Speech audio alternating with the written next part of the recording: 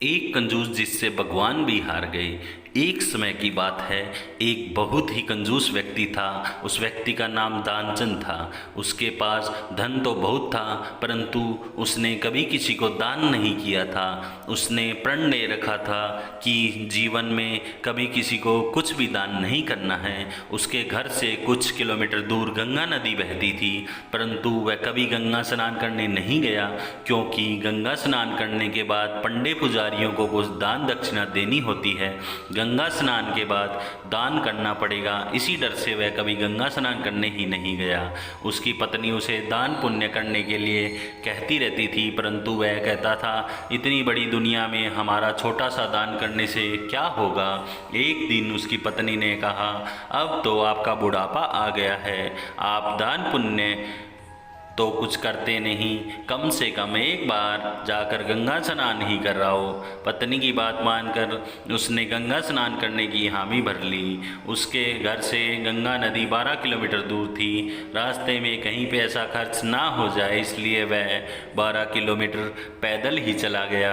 जब दानचंद गंगा नदी के किनारे पहुंचा तो उसको लगा कि घाट पर जाएंगे तो पंडित दान दक्षिणा मांगेंगे, इसलिए वह स्नान करने मुर्दा घाट चला गया।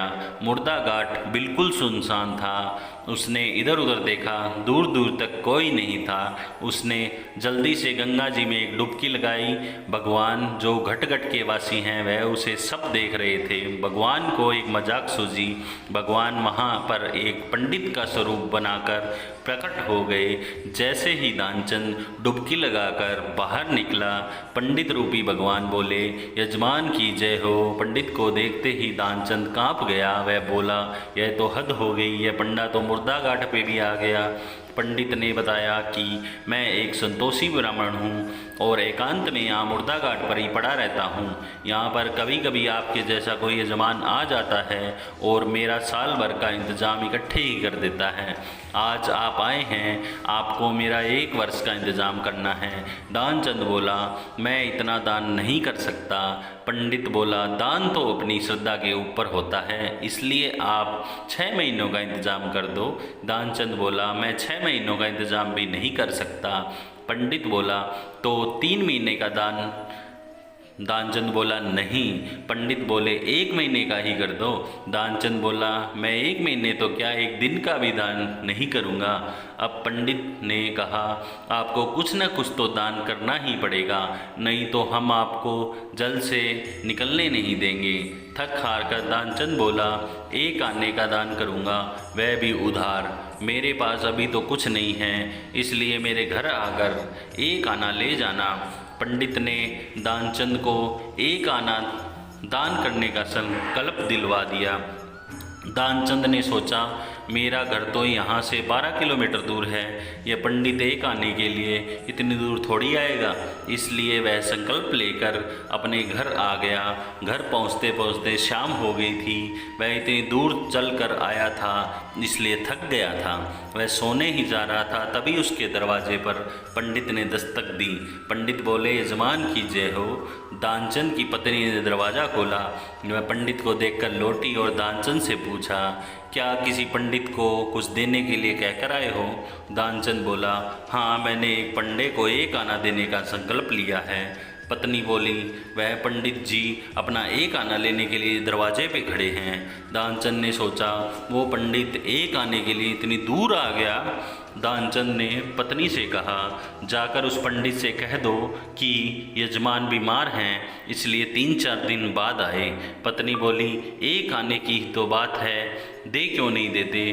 दानचंद बोला, मैं किसी को कुछ नहीं देने वाला, जाकर उससे कह दो कि यजमान बीमार हैं, इसलिए कुछ दिन बाद आए।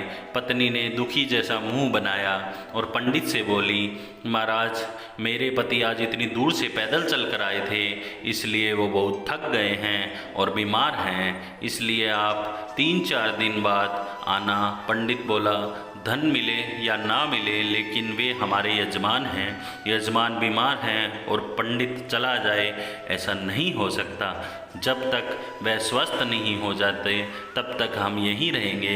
हमारा यहाँ रहने का इंतज़ाम कर दो।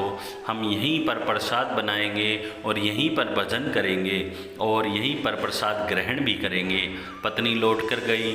उसने दानचंद को सारी बात बताई कि वह पंडित कह रहा है जब तक आप ठीक नहीं हो जाते वह यहीं रहेंगे। पत्नी बोली, इससे तो अच्छा है उन्हें 1 आना देकर रवाना करो।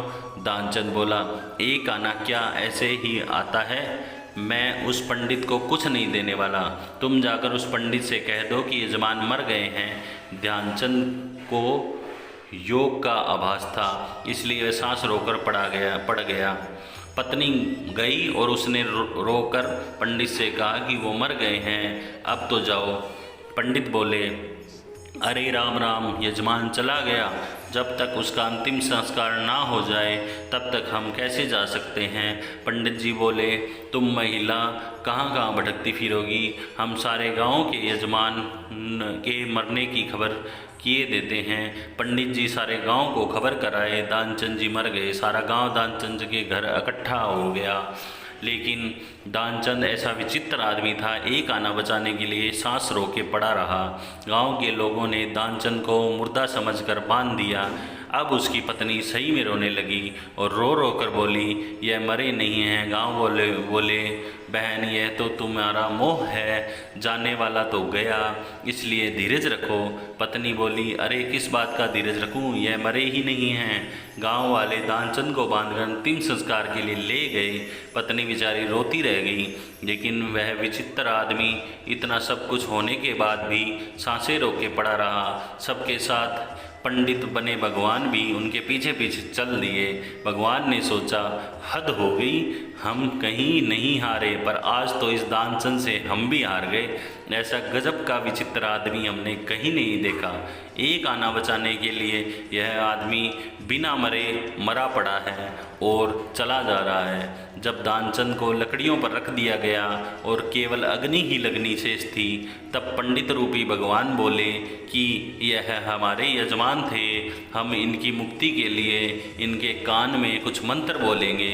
भगवान उनके कान के पास मुंह लेकर गए और बोले, मैं भगवान विष्णु हूँ, मैं वैकुंठ से तुमसे नाता जोड़ने आया हूँ। दानचंद ने जैसे ही सुना कि भगवान बोल रहे हैं, उसने धीरे से आँख खोली, लेकिन जैसे ही उसने देखा कि यह तो पंडित है, उसने फिर आँख बंद कर ली।